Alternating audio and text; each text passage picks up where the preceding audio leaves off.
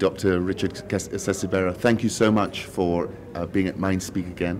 I just wanted a chance just to talk about, you were telling me it's now 2 years and 5 months, and I was referring to your acceptance speech when you said it made you so courageous. Looking back now over 2.5 years, you've had these great successes with intra-EAC trade. I think everyone is lauding the EAC. Can we just touch on what you think have been the successes in the last 2.5 years? Well, first of all, thank you for inviting me to Mindspeak. It's a privilege. Yes, thank you. Yes. Over the last 2.5 years, we've done a number of things which I think are very good. First of all, we have consolidated our customs union and began implementation of a single customs territory. And as you heard, this is going to be to fundamentally cut down the costs of doing business in our region. We've had work on a common market, which has moved on quite well. The beginnings of the movement, free movement of people using identity cards by some of our partner states, work in the education sector, harmonization of qualifications frameworks and curricula, and student movement across our region. There's been a lot of work on financial integration. We now have the East African payment system. So there's been a lot of work on the common market protocol, although there are still some challenges. I have been happy to see the conclusion of negotiations on a monetary union protocol. This, as you know, happened in a very difficult global environment with the challenges in Europe. We learned from those challenges, integrated them, the solutions into the protocol, and I'm glad that the heads of state managed to sign it in November last year. Now we have to implement it. We have seen the renewed focus on investments in infrastructure, in rail, in energy, in our ports and harbors. That has been encouraging to see. And we are seeing greater involvement of the people of East Africa, quite frankly, into this whole integration agenda. The youth, as you saw this morning, women groups, parliamentarians, the business community. There's been a lot of engagement. So I can say that I think the momentum is good, as reflected in the trade figures and other figures. But the commitment is even better. Because I saw some trade data which said that the EAC, amongst all the trading blocks, has had the most improved and the highest volume of intra-community trade. Is that correct? That's correct. We are looking at figures that moved from less than about 5% to now over 23% of exports being intra-EAC. Now that pales in comparison with Europe, which is doing 60% intra-EU trade. Yes. But and our aim is to grow it to over 40%. But I think the growth has been very good over the last decade or so, and with increased integration, I'm sure it will accelerate. Because it was very interesting, the gentleman was speaking about the numbers, the response seen in just over a month when you introduce some reforms. So, it could be a big catalyst, couldn't it, for increasing intra-trade? It is. I mean, trucks used to move, fuel trucks used to move from Mombasa to Kampala. They would take 18 days easily, or even more. They're now doing it 5 days. Yes. And you can imagine the turnaround times, the improvement figures are up of revenue collection, month on month. Yes. Turnover is up. We are seeing more entrants into these industries. So the single customs territory has the potential to transform the way we do business in East Africa. If you couple that with reforms in the business environment, in the financial environment with the East African payment settlement system, real-time gross settlement payments, then we really are poised for further growth as a region. You made an interesting point before we came in here where you're saying a lot of money is being consumed by the recurrent expenditure. You know, when I look at the dreams we have in the EAC, lab set, railway, these are big capitally intensive projects. Do we have enough capital, investment capital as a community to make these all happen? Do we have a strategy? How would you respond? Because you're saying, our power, 4,000 megawatts, I think you said, but we could use many more. We got these very big investment projects. How do you look at it? Have we got enough capital to make them happen? Do we have the right strategy to make this acceleration happen? No, we don't have enough capital. Yeah. There is a clear funding gap of billions of dollars every year for Yes. our infrastructure, Yeah. investments in infrastructure. But we're also challenged because if you look at the numbers, our tax revenue as a percentage of GDP, the target is about 20%. Yes. Our target is 20%. All countries except Kenya, which is at 23%, have not met that target. So, meaning there is a lot of work to do in the area of domestic resource mobilization. A lot of that has to do with reviewing of tax codes, plugging of tax loopholes, increasing the tax base, and so on and so forth. And work is ongoing. So there is a challenge there. The second challenge is the quality of our spending. We must make a deliberate effort to spend on development, not consumption. And that is my concern about the current account. Yes. Because if you spend simply on salaries and other recurrent expenditure, then we don't have resources available for development, and that shift has to be made. The third area, though, is we must reform our economies to enable us to have access to the capital markets. Yes. In addition to official development assistance.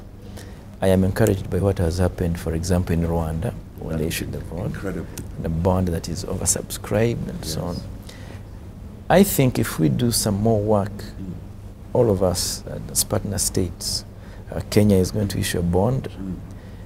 We at the East African Development Bank wants to issue an East African bond, Yes. the first ever in the region.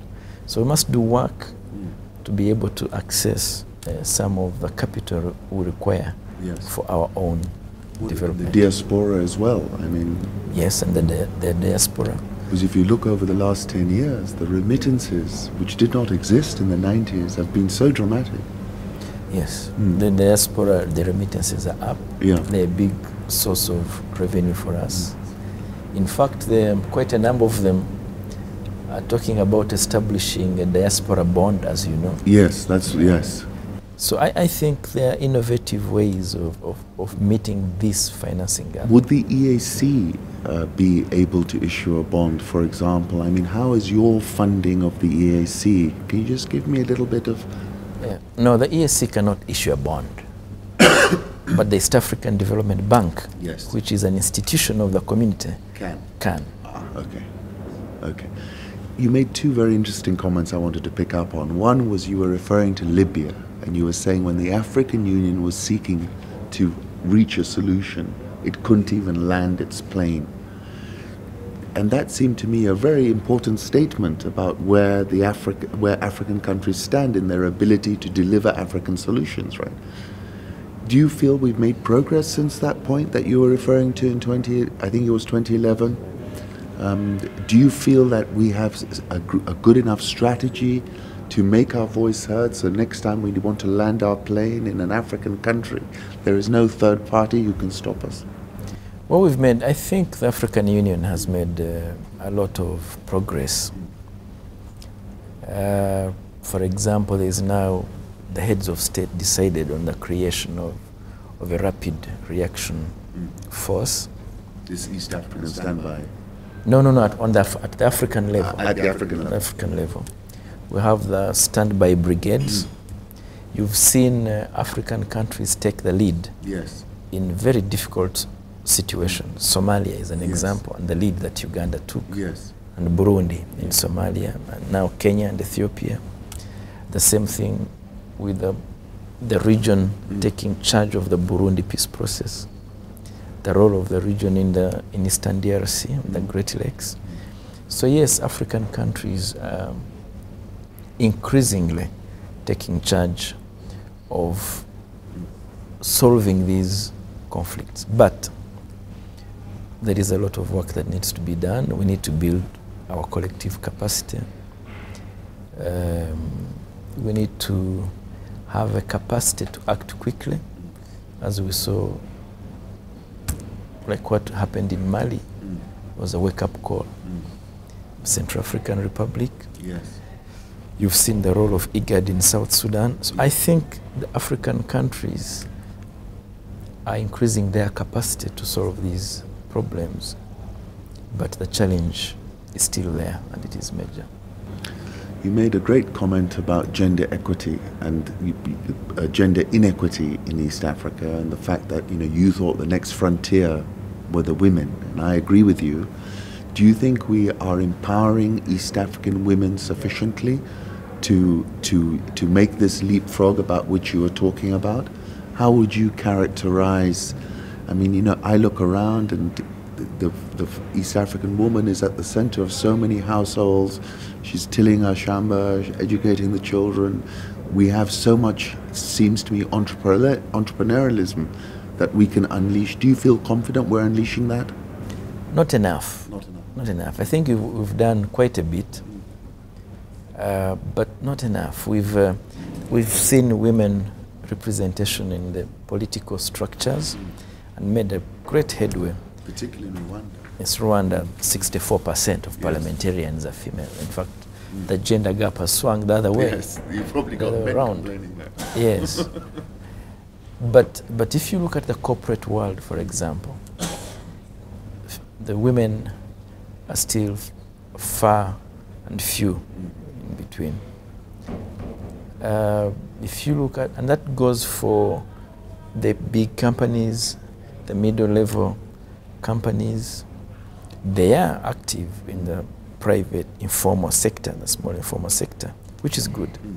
But I think we need to have a deliberate effort to move them to where the money is, which is why I'm in full support of the East African Women in Business platform. Yes. Which is a platform that is part of the East African Business Council. Yes. And this business, the Women in Business platform, I think needs to be supported to get more women into the corporate world. So I think there is a lot of work that still needs to be done. I got two more questions. You were talking about how we're growing fast without oil and gas. Now, obviously, there's all this excitement, from Mozambique all the way up to even probably Somalia about this oil and gas bonanza. And you were saying, look, it can be binary. It can be a great add, or it could be negative. What is your feeling about oil and gas? I'm sure they're all coming to your door and talking and engaging you. What is your sense of it, and have we got the structures to exploit it in the most constructive manner? My thinking about oil and gas is that it is a fantastic resource. And I'm extremely happy that we are discovering these deposits in all our 5 partner states. Yes. And it's happening at the same time. Yeah. So the risk of inequities, glaring inequities between the economies is somehow mitigated. But I also think that oil and gas can only be as useful as we choose to let this resource be.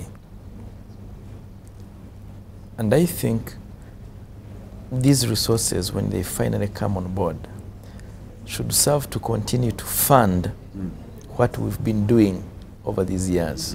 Our health, our education, our industrialization, our agriculture, and our tourism and services industry. I think the oil resources should just come in under our infrastructure They should simply come in to finance those sectors which, in my opinion, should continue to be the drivers of our growth.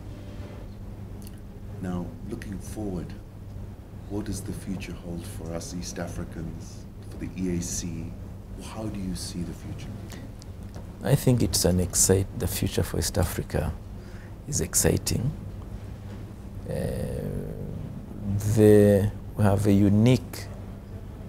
We are at a unique moment in our history where everything seems to be aligned right. We have the resources, we have the people, the demographics are right, and they are growing. So we have the right workforce, we have the right policies, and I see no reason that our growth cannot accelerate in the decades to come. I shall leave it at that. Thank you very much. Thank you. Thank you, Secretary General. Thank you very much. It's appreciated. Good meeting. Thank you.